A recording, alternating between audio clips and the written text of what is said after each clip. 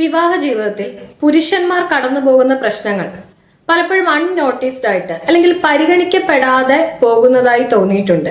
ദാമ്പത്യ പ്രശ്നങ്ങളെ പറ്റി ചർച്ച ചെയ്യുമ്പോൾ നമ്മൾ കൂടുതലായിട്ടും മുൻതൂക്കം നൽകുന്നത് സ്ത്രീ കേന്ദ്രീകൃതമായ വിഷയങ്ങളെ പറ്റി ചർച്ച ചെയ്യുന്നതിന് വേണ്ടിയിട്ടാണ്. ഓഫ് കോഴ്സ് അത് വളരെ ഇമ്പോർട്ടന്റ് ആണ്.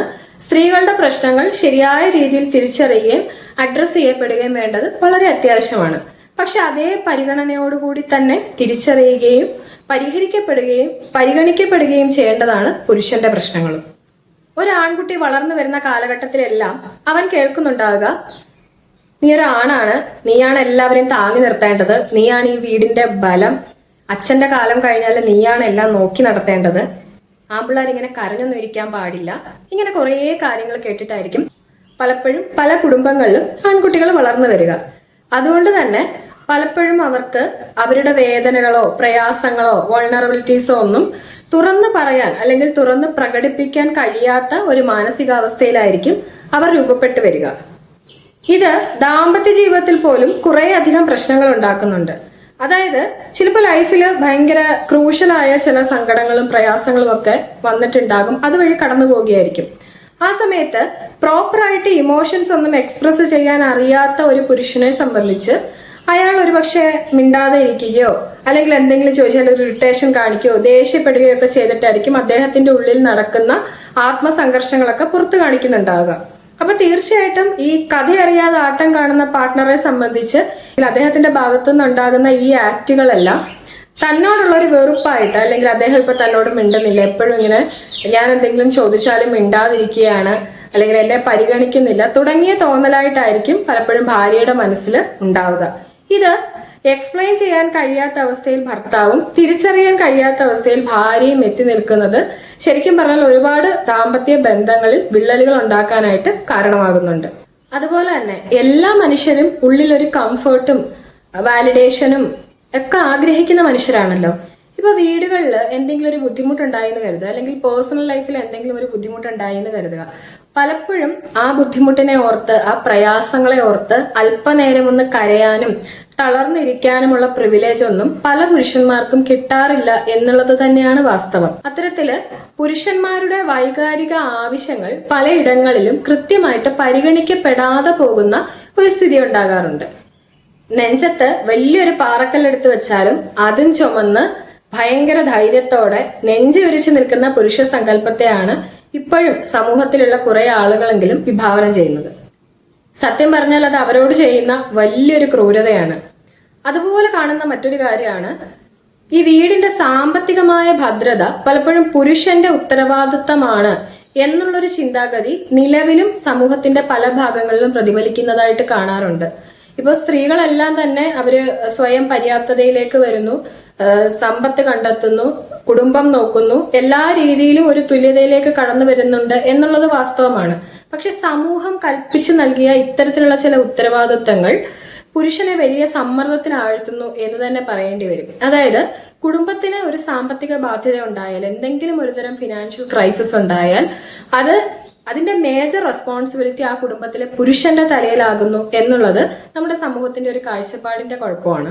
ഉദാഹരണത്തിന്, സാമ്പത്തികമായി ബുദ്ധിമുട്ട് അനുഭവിക്കുന്ന ഒരു കുടുംബത്തിൽ ഒരു ആൺകുട്ടിയും ഒരു പെൺകുട്ടിയും ഉണ്ടെങ്കിൽ നിലനിൽക്കുന്ന കോൺസെപ്റ്റ് അനുസരിച്ച് ആ ഭാരം ഏറ്റെടുക്കാൻ ഉത്തരവാദിത്തപ്പെട്ട വ്യക്തി എന്ന് പറയുന്നത് ആ ആൺകുട്ടിയാണ്.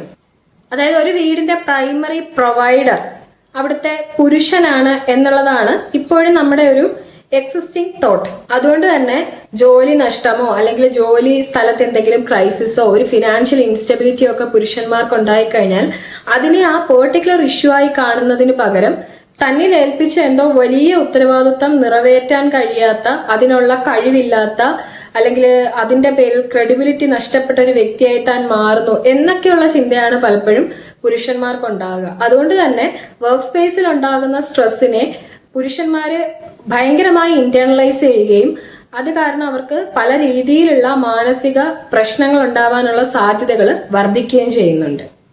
ഇത് പലപ്പോഴും ഡിപ്രഷൻ, ആങ്സൈറ്റി തുടങ്ങിയ അവസ്ഥയിലേക്ക് പോലും നയിക്കുന്നതിന് കാരണമാവാറുണ്ട്. ഇതിന്റെ മറ്റൊരു മേജർ പ്രശ്നം ഇങ്ങനത്തെ കുറെ സോഷ്യൽ എക്സ്പെക്ടേഷൻസ് ഉള്ളത് കൊണ്ട് തന്നെ അത് മീറ്റ് ചെയ്യുന്നതിന്റെ ഭാഗമായിട്ട് സ്വന്തം വൾണറബിലിറ്റീസ്, അതായത് സ്വന്തം ദൗർബല്യങ്ങൾ ഒന്ന് തുറന്നു പറയുവാനോ അത് തുറന്ന് കാണിക്കുവാനോ ഈവൻ പാർട്ട്ണറിന്റെ ഫ്രണ്ടിൽ പോലും അതൊന്ന് എക്സ്പ്രസ് ചെയ്യാനായിട്ട് ഇവർക്ക് പറ്റാതെ വരുന്നു, അല്ലെങ്കിൽ ഇവർ ഭയങ്കരമായിട്ട് റെസ്ട്രിക്റ്റഡ് ആവുന്നു. ഇതിന്റെ പ്രശ്നം എന്താന്ന് വെച്ചാൽ സ്വന്തം കൺസേൺസ് തുറന്നു പറയാൻ പറ്റാതെ ഇങ്ങനെ സ്ഥിരമായിട്ട് സ്ട്രഗിൾ ചെയ്യുമ്പം ഗ്രാജുവലി അത് ഭയങ്കര ഓവർവെൽമിംഗ് ആയിട്ട് ഇനി മുന്നോട്ട് പോകാൻ പറ്റത്തില്ല എന്നൊരു അവസ്ഥയിൽ പലപ്പോഴും ജീവിതം അതിനെ കൊണ്ടു നിർത്താറുണ്ട്. സ്വന്തം വൾണറബിലിറ്റീസ് എക്സ്പ്രസ് ചെയ്തില്ലെങ്കിലുള്ള പ്രശ്നം എന്താ?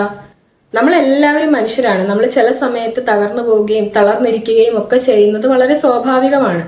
അതിനു പകരം ഞാനാണ് എല്ലാവരെയും താങ്ങി നിർത്തേണ്ടത്, എനിക്ക് ഒരിക്കലും തളർന്നുകൂടാ എന്നൊക്കെയുള്ളൊരു ചിന്താഗതിയിലാണ് നമ്മൾ മുന്നോട്ട് പോകുന്നതെങ്കിൽ ഒരു ലിമിറ്റ് ക്രോസ് ചെയ്യുമ്പോഴത്തേക്ക് നമ്മൾ എക്സോസ്റ്റ് ആയി പോകും. നമുക്ക് എക്സിസ്റ്റ് ചെയ്യാൻ പറ്റാതെ, നിലനിൽക്കാൻ പറ്റാതെ, മുന്നോട്ട് എന്ത് ചെയ്യണം എന്ന് തിരിച്ചറിയാൻ പറ്റാത്തൊരവസ്ഥയിൽ നമ്മൾ പെട്ടുപോകും. ഇതിനകത്തുണ്ടാകുന്ന വേറൊരു പ്രശ്നം, പലപ്പോഴും ഈ അവസ്ഥയിലൂടെ കടന്നു പോകുന്ന പുരുഷന്മാരുടെ എക്സ്പെക്ടേഷൻ ഇതൊക്കെ മനസ്സിലാക്കി തന്റെ പാർട്ട്ണർ തന്നെ സപ്പോർട്ട് ചെയ്യണം എന്നുള്ളതാണ്. നമ്മൾ മനസ്സിലാക്കേണ്ടത് നമ്മുടെ മുന്നിൽ നിൽക്കുന്ന ഒരു മനുഷ്യരും ജ്യോത്സ്യന്മാരൊന്നുമല്ല. ഒരിക്കലും നമ്മുടെ മുഖം നോക്കി അല്ലെ നമ്മൾ എന്തിലൂടെയാണ് കടന്നു പോകുന്നത് എന്നൊന്നും അവർക്കറിയാൻ പറ്റില്ല. അതുകൊണ്ട് തന്നെ നമുക്കൊരു ഇഷ്യൂ ഉണ്ടെങ്കിൽ നമ്മുടെ പാർട്ട്ണറിന്റെ അടുത്ത് കൃത്യമായിട്ട് അത് കമ്മ്യൂണിക്കേറ്റ് ചെയ്തെങ്കിൽ മാത്രമേ ആ അവസ്ഥയെ തിരിച്ചറിഞ്ഞ് അവർക്ക് നമ്മളോടൊപ്പം നിൽക്കുവാനും നമുക്ക് ആശ്വാസം പകരുവാനും ഒക്കെ കഴിയത്തുള്ളൂ. സോ ആദ്യം നമ്മൾ ലേൺ ചെയ്യേണ്ട ഒരു കാര്യം എന്ന് പറയുന്നത് നമ്മുടെ ഇമോഷനെ, നമ്മൾ കടന്നു പോകുന്ന കാര്യങ്ങളെ പ്രോപ്പറായിട്ട് കമ്മ്യൂണിക്കേറ്റ് ചെയ്യാൻ, പ്രോപ്പറായിട്ട് എക്സ്പ്രസ് ചെയ്യാനാണ് നമ്മൾ ആദ്യം പഠിക്കേണ്ടത്. അതുപോലെ ചിലരൊക്കെ കൗൺസിലിങ്ങിന് വരുമ്പോൾ പറയുന്ന ഒരു മേജർ കൺസേൺ ആണ്, എന്റെ കുടുംബത്തിന് വേണ്ടി എത്ര അധ്വാനിക്കാനും ഞാൻ തയ്യാറാണ്, പക്ഷെ നമ്മൾ ചെയ്യുന്നതിനൊന്നും യാതൊരു വിലയും കിട്ടുന്നില്ല. കിട്ടുന്ന എല്ലാ കാര്യങ്ങളും ഒരു ടേക്കൺ ഫോർ ഗ്രാൻഡഡ് ആയിട്ട് അവരെടുക്കുന്നതായിട്ടാണ് ഫീൽ ചെയ്യുന്നത്.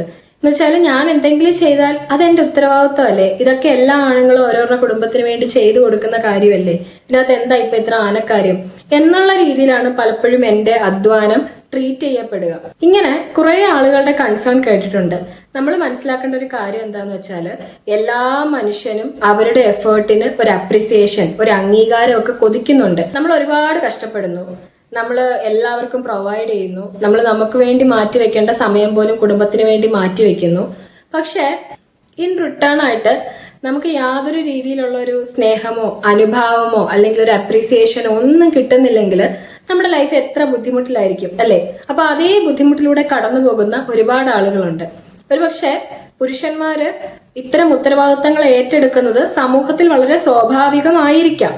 അങ്ങനെ എത്ര സ്വാഭാവികതയുടെ മേമ്പൊടി ചാർത്തിയാലും ഏതൊരു മനുഷ്യനും അവരിടുന്ന എഫേർട്ടിനെ കൃത്യമായി വാലിഡേറ്റ് ചെയ്യുക, അതിനെ അപ്രീഷിയേറ്റ് ചെയ്യുക എന്നുള്ളത് വളരെ പ്രധാനപ്പെട്ട ഒരു കാര്യമാണ്. അതുപോലെ പലരെയും ബുദ്ധിമുട്ടിക്കുന്ന അല്ലെ ബോധർ ചെയ്യുന്ന ഒരു പ്രശ്നമാണ് അവരുടെ ശാരീരികവും വൈകാരികവുമായ ഇന്റിമസി നീഡ്സിനെ പരിഗണിക്കപ്പെടാതെ പോകുന്നത്. ഈ പറഞ്ഞ പ്രശ്നങ്ങളൊക്കെ ഉണ്ടല്ലോ, പുരുഷന്മാരുടെ ഉള്ളില് അതിഭയങ്കരമായ സങ്കടവും ഒരു ഇമോഷണൽ കോൺഫ്ലിക്റ്റും ഒറ്റപ്പെടലും ഹെൽപ്ലെസ്നെസ്സും ഒക്കെ ഉണ്ടാക്കാനായിട്ട് കാരണമാവുന്നുണ്ട്. പലപ്പോഴും ചിലരെങ്കിലും കാണിക്കുന്ന ഇറിറ്റേഷനോ ദേഷ്യമോ സബ്സ്റ്റൻസ് യൂസോ ഒക്കെ ഇത്തരത്തിലുള്ള ഇഷ്യൂസിന്റെ ഒരു പ്രതിഫലനമായിട്ട് വേണം നമ്മൾ കാണാൻ. സോ പുരുഷന്മാരോടാണ് പറയാനുള്ളത്, സമൂഹം തെറ്റും ശരിയുമായ ഒരുപാട് കാര്യങ്ങൾ നിങ്ങളെ പഠിപ്പിച്ചു തന്നിട്ടുണ്ടാകാം. പക്ഷെ നിങ്ങളുടെ ശാരീരിക മാനസിക ആരോഗ്യത്തെ ബാധിക്കുന്ന അത്തരം ചില അറിവുകൾ അതിനെ അൺലേൺ ചെയ്യുക എന്നുള്ളതാണ് ആദ്യപടി. എത്ര സങ്കടം ഉണ്ടായാലും മൂടി വെച്ച് ഒന്ന് കരയാതെ ടെൻഡർ ഇമോഷൻസ് ഒന്നും കാണിക്കാതെ നിൽക്കുമ്പോഴല്ല നമ്മൾ ഇമോഷണലി സ്ട്രോങ് ആവുന്നത്.